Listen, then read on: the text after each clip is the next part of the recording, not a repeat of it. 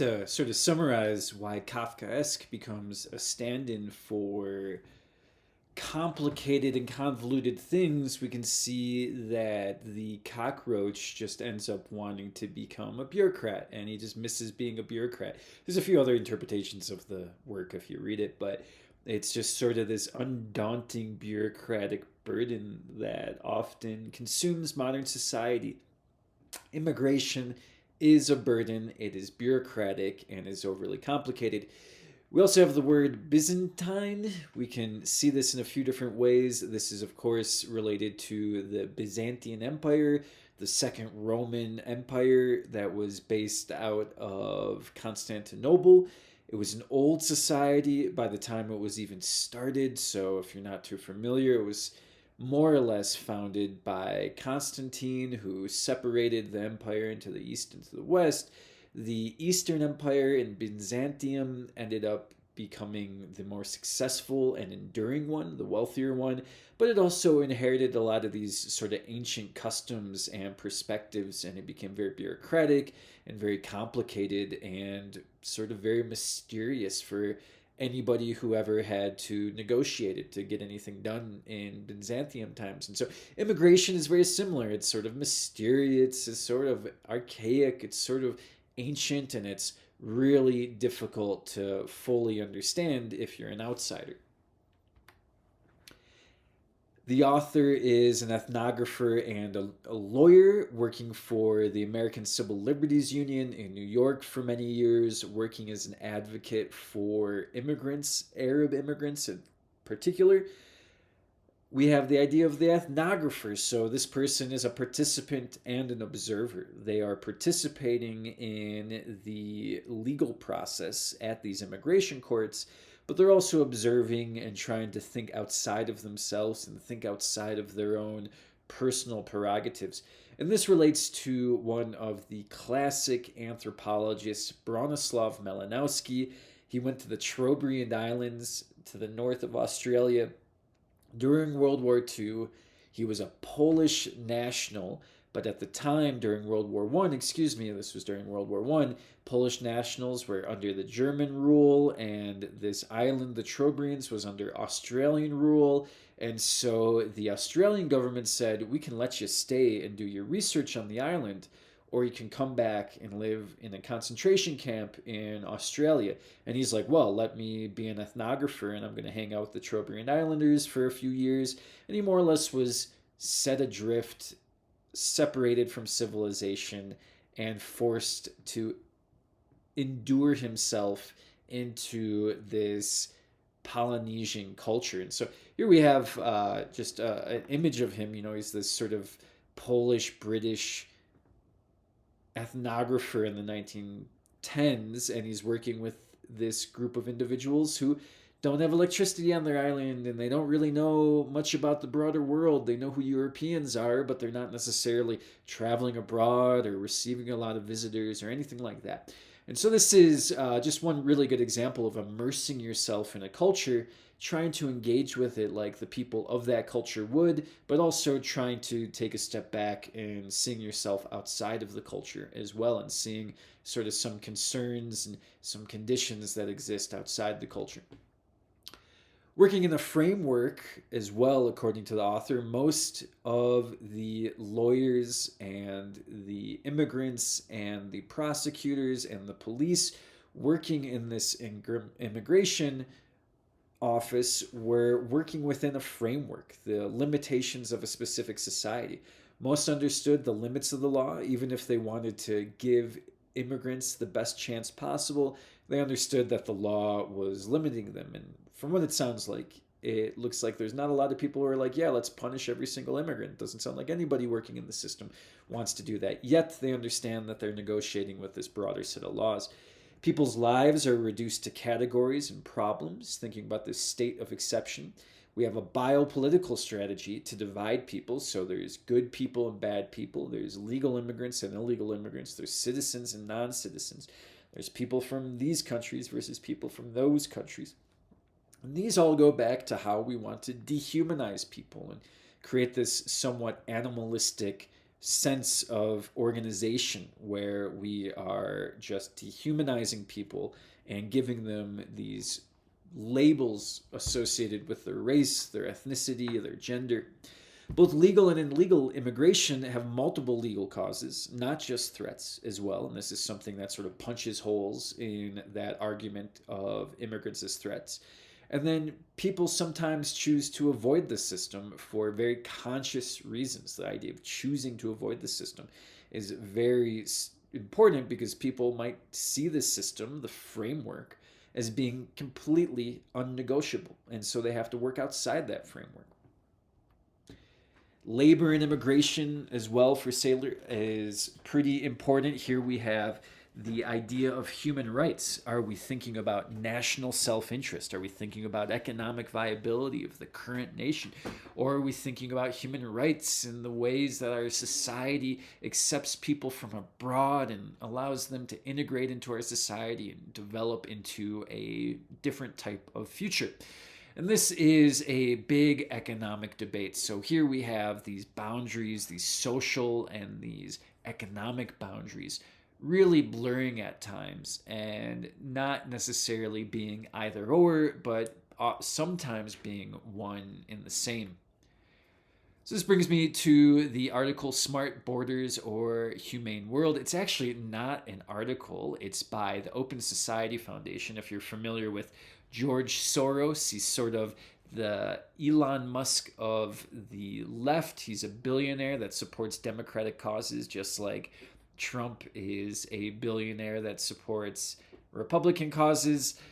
So he has this society, this NGO, non-governmental organization called the Open Society Foundation. If you go to grad school and you want to get money for your dissertation and you do anything with human rights or democracy, there's going to be a chance that you qualify for a grant or a fellowship from the Open Society Foundation. Most academics have access to some type of resource from the Open Society Foundation. So this isn't necessarily a completely apolitical piece of information. Nonetheless, it's written by academics and there's a very specific moral and social angle, right? We want to humanize the immigration crisis, so that's very important. And that's supported by academic research and academic presentation. So it's a report, not necessarily a peer-reviewed article, published by Immigrant Defense Project's Surveillance, Tech, and Immigration Policy Project. So most likely within the Open Society, there was this very specific, most likely temporary project that was looking specifically at the use of technology, surveillance, and immigration. And here you have a few different lawyers and authors that are coming from the nonprofit sector. So rather than academics, we are getting these people that are actually working for the most part in the field of immigration law. These are just some quotes from the article. As the report traces, the embrace of smart borders emerges in the aftermath of 9/11, 2001. Smart borders involve the expanded use of surveillance and monitoring technologies, including cameras, drones, biometrics, motion sensors to make a border more effective in stopping unwanted migration and keeping track of migrants. Championing smart borders was and remains one of three key pillars of U.S. Customs and Border Protection. Our specific police force for the border, one of them at least, along with physical barriers and personnel. Smart borders are also embedded in a logic of deterrence, which seeks by way of militarized border infrastructure, detention, and deportation to make unwanted migration so brutal and painful that it will dissuade people from even trying to enter the United States without authorization. And I don't think this is anything controversial, whatever political aisle you are on the side of. You see both advocates of this type of immigration enforcement and detractors using very similar language, that it's going to be a brutal system that's going to make it painful for people to want to come to the United States. It's going to punish them for wanting to come to the United States. And whether or not you see that as good or bad, really depends on your political position for the most part. And here we can see just one of the very everyday infrastructures on the screen of one of the types of smart borders. If you've done any international traveling over the last 10 years, these type of kiosks have really sprouted up at most major international airports. I don't know where this is. It looks like it could be JFK. I'm not sure. JFK's got this sort of weird turnstile, and you sort of go through a customs in this really open area, and there's not really a lot of lines once you get to that point. But you scan your passport, it takes a picture of you, and it has facial recognition technology. And you might have to go and talk to a border patrol agent afterwards, but they're more or less just double checking what was entered into the computer. It can track if your image and your face matches the person that was on the passport, and can do all this kind of really high-tech stuff, really using artificial intelligence and just modern technology to manage the influx and outflux of individuals. This gets plugged into a broader information infrastructure. We are in a very unique technological moment, according to the report. We have integrated fixed towers, IFTs, and here's an example on the screen of one. These are private companies, some of them based in the Israeli arms space, and you'll see there's a big synchronicity between US and Israeli arm industries and border industries and security industries. And these towers are set up along the US Mexico border for the most part, sometimes on the Canadian border. And they are meant to give alerts, to motion detect, to heat sense, to pay attention to sound, to monitor and provide information at the border in a very continuous and digital way. You also have ankle monitors. A lot of people see ankle monitors as just as an extension of the prison state. Obviously, people wearing these ankle monitors aren't in prison for the most part. They are released, but they're still being surveilled and their movements being controlled. And particularly critics of the criminal justice system see ankle monitors as a problematic technology that just sort of expands the authority of prisons. And then we have broader migrant data analysis and tracking. So we have all millions of people coming in every week to the United States, in and out. And with that, we have all millions of data points getting created. And with those, we can develop big data. We can look and see trends. And we can also keep an eye out for possibly outliers and look for where people might be breaking rules or sending up red flags in different places, whether they're passing illegally or they're already kicked out or anything like that. Immigration and immigration security is also, I'm using the term multimodal. This is not in the report, but I think it's a really good term. We can see this image here, all the different ways that you can cross a border, both economically and physically as an individual. You can do it by land, you can do it by sea, you can do it by air, you can send something through freight and train transport, you can send something on a shipping container. There's all these different considerations to guard for. So between 2008 and 2020, the border and surveillance industry complex saw a significant boom, with the Border Patrol and ICE issuing nearly 106,000 contracts worth $55 billion to private corporations specifically for this advanced smart border technology that doesn't necessarily require a whole lot of boots on the ground. Thus, ongoing spending creates a perpetual market for new security technologies as failures justify the need for even more advanced solutions. We have this idea of built-in redundancy, of built-in failure, and this is often a really easy way for bad politics to reproduce itself, always having sort of a whack-a-mole situation. Knock one hole down at the sea, you're going to have another thing spout up at a land border or at an air border, right? And so you just sort of have this constantly shifting problem that the border patrol industry can use to justify ever increasing technological advancement. The Department of Homeland Security has dramatically increased its capacity to monitor immigrants and communities through advanced surveillance technologies such as GPS enabled ankle monitors for non citizens and funding for local police to cooperate with CBP. And you'll remember this idea of sanctuary cities. More or less, these sanctuary cities are local governments and police forces that refuse to cooperate with immigration enforcement for most often political reasons and social reasons. This heightened surveillance extends to monitoring social movements, exemplified by CBP's aerial surveillance of Black Lives Matter protest in 2020. So if you go along the border region, a few weeks back, I had a map of U.S. borders. And if you look at the border region in the United States, it's like 100 miles anywhere there's a line. So Milwaukee, Wisconsin, I firsthand witnessed the Border Patrol as well as 3 other law enforcement flights over a protest in Milwaukee, Wisconsin in 2020. And it was later determined that the FBI, the state police, the National Guard, and the Border Patrol were all working together to monitor Black Lives Matter protests. And they could legally do so because Milwaukee, being a coastal community in the Great Lakes, is on the border technically. So thinking about just the expansion and the role of the border police and how it's sort of creeping in and creating this ever expanding state of exception through technology.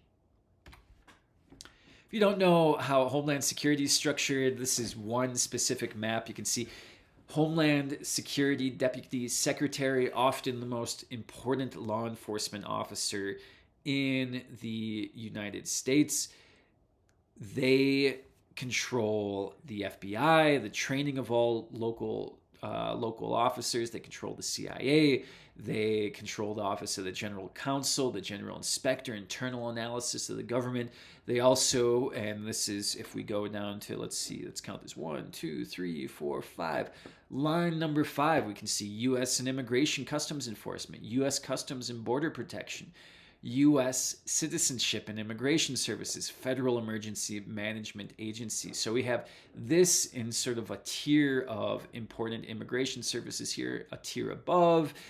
We see all these different types of law enforcement agencies that could apply to the immigration crisis at the border. And so what we see is Homeland Security has had a outweighed influence on that as sort of this coordinating agency. And this is just another, if you're not familiar 100% with who all is in the umbrella of Homeland Security.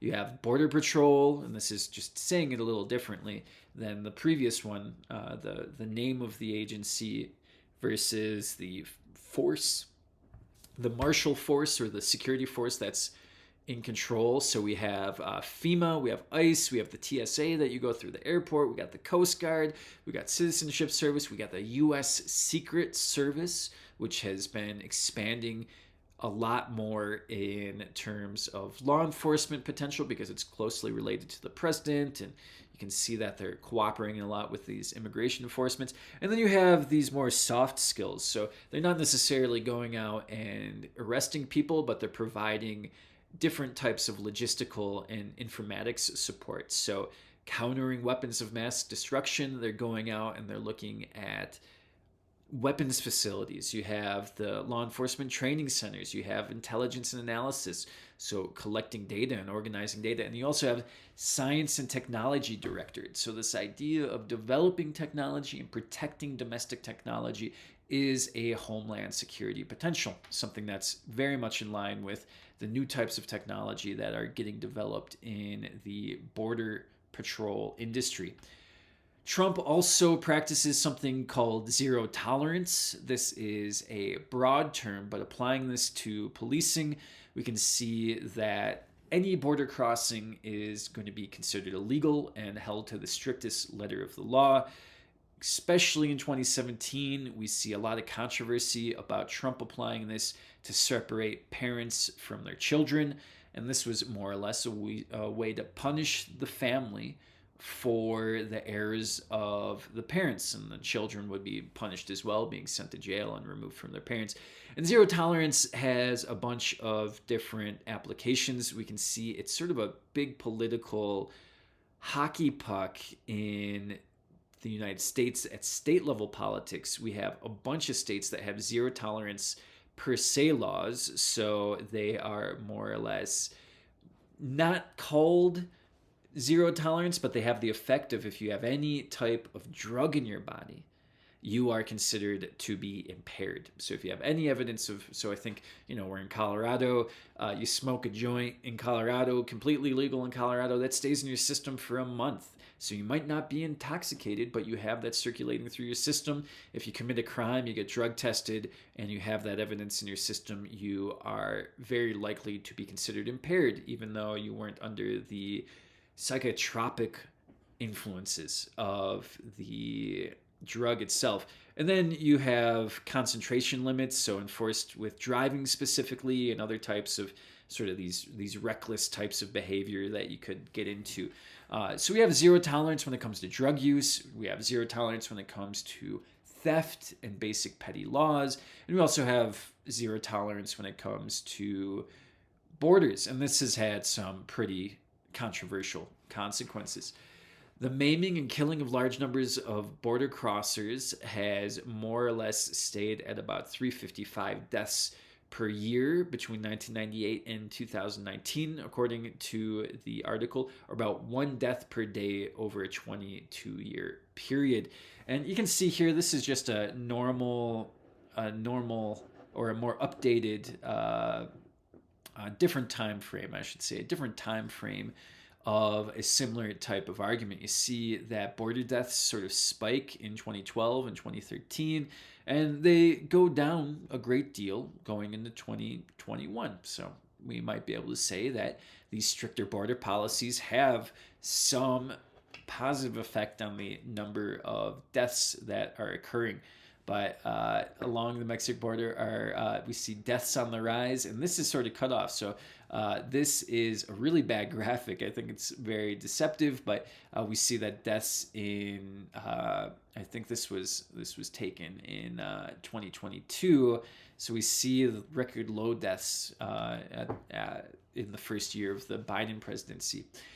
Exacerbation of socioeconomic inequality, the growing illegalization and criminalization of immigrant workers reduces their power vis-a-vis employers, increasing exploitability and disposability. So we need to think about immigrant rights not necessarily as people that are threats, but that are productive members of society, and by illegalizing them or criminalizing them, you are putting them into this state of exception where they are no longer able to do the basic human function of provide for their family.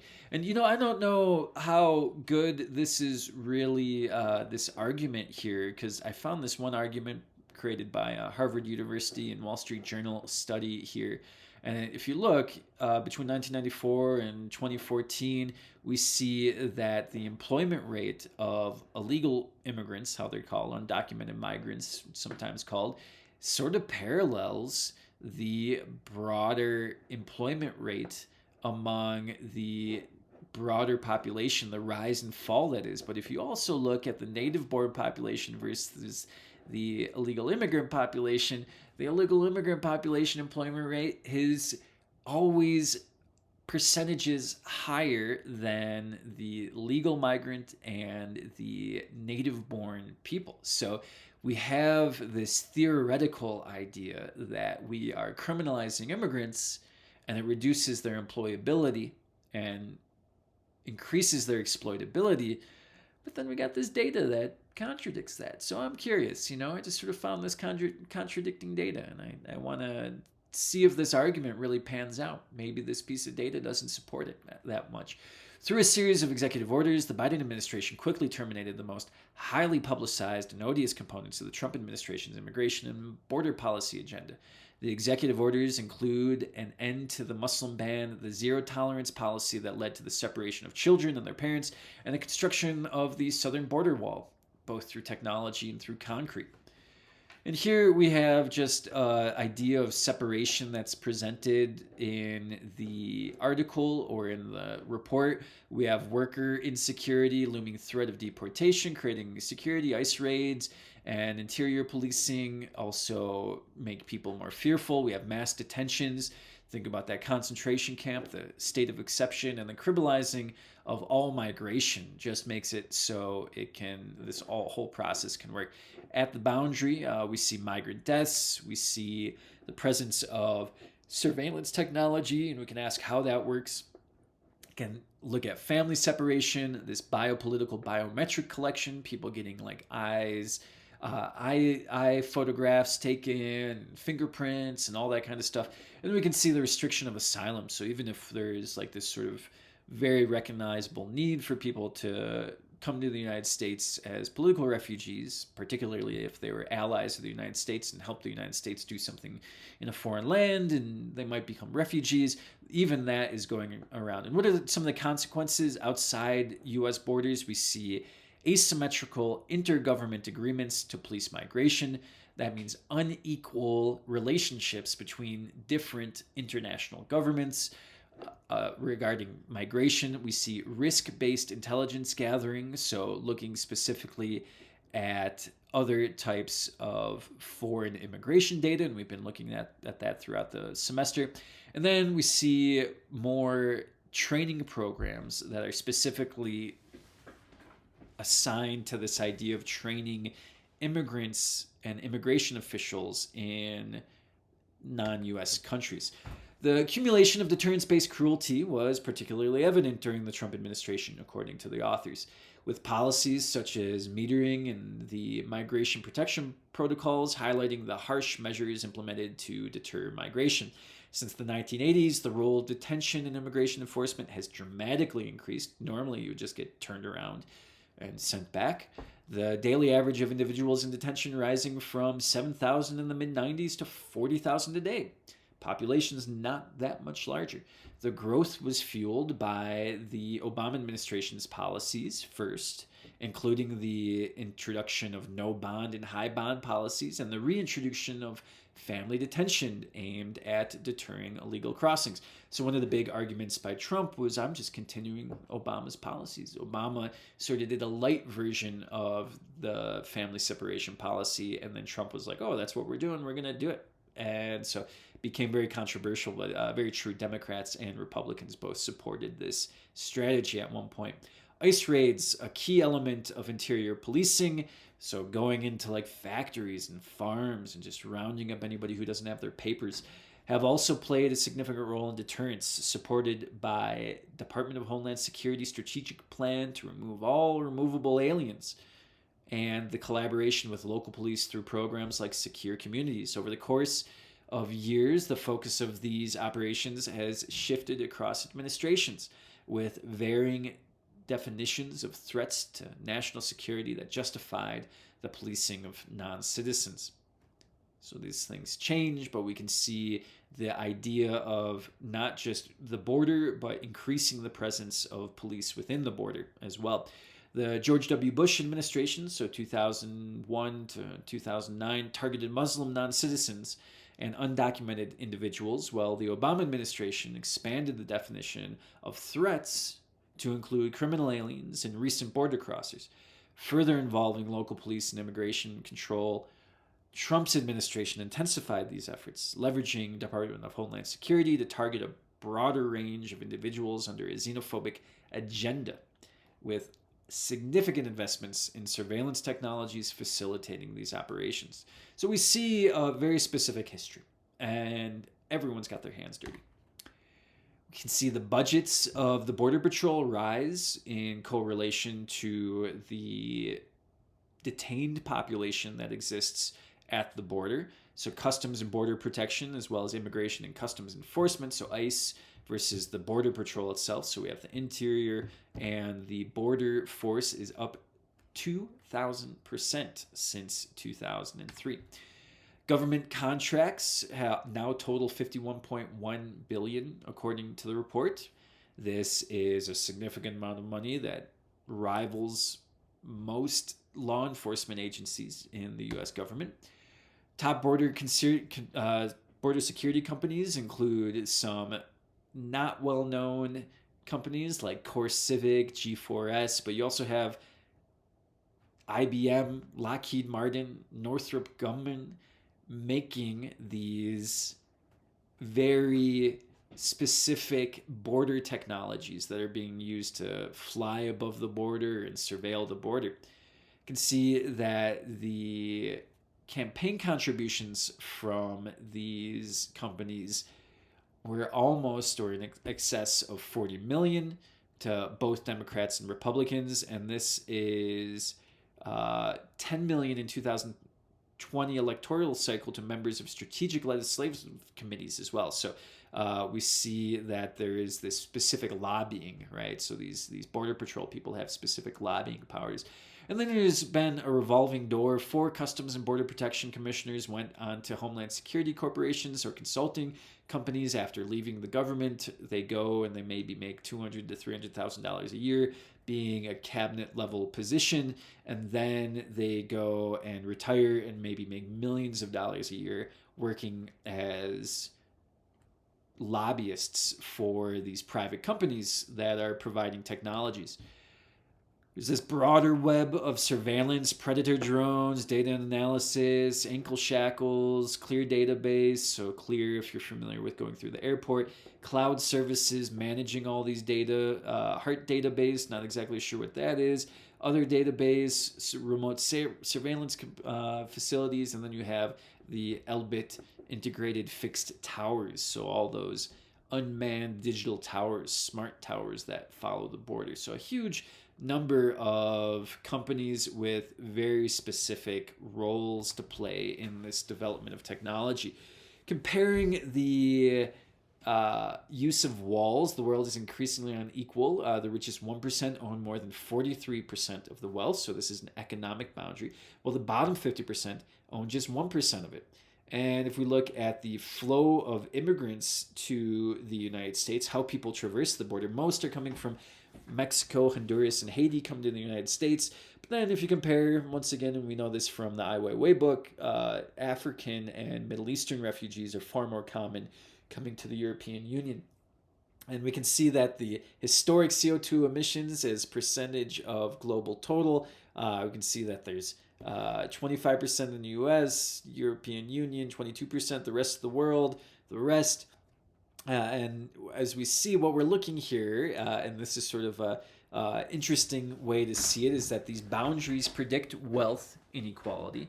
They also predict how people might be threatened by specific environmental and cultural threats that will emerge. And so these are really a very important combo of who is causing environmental damage and who is fleeing the areas caused by in the areas affected by environmental damage.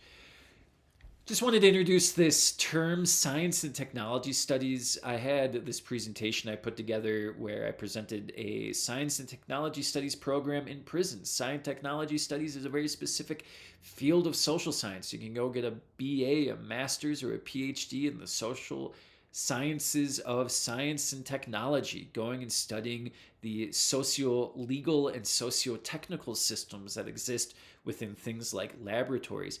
I was invited to propose a prison program focused on creating BA degrees for incarcerated learners. And I made this presentation. I won't give you the whole presentation, but you can just think about all the different restrictions that exist in specific social settings when it comes to the use of technology. The prison is one of the more restrictive places where if you wanted to develop a course in the 2020s, you almost have to have some computer element, some technological element. You got to be able to show videos. You got to be able to give a PowerPoint.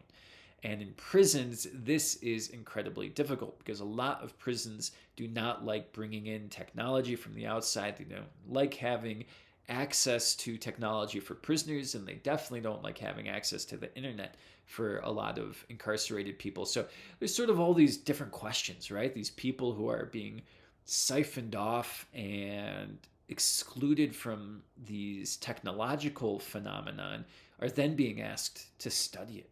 And I didn't get the job, unfortunately, but I really had a good, fun thought exercise in thinking about these types of conditions, right? And this is a very anthropological and sociological set of problems. How do people learn about technology when they don't have access to that technology? I talked about Paulo Freire, might have mentioned him a little bit earlier on in the course, but this Brazilian sociologist who came up with this pedagogy, this philosophy of learning that was based around naming, reflecting, and acting. And I've taught prisoners before, and one of my strategies is to teach them both Paulo Freire and Michel Foucault, this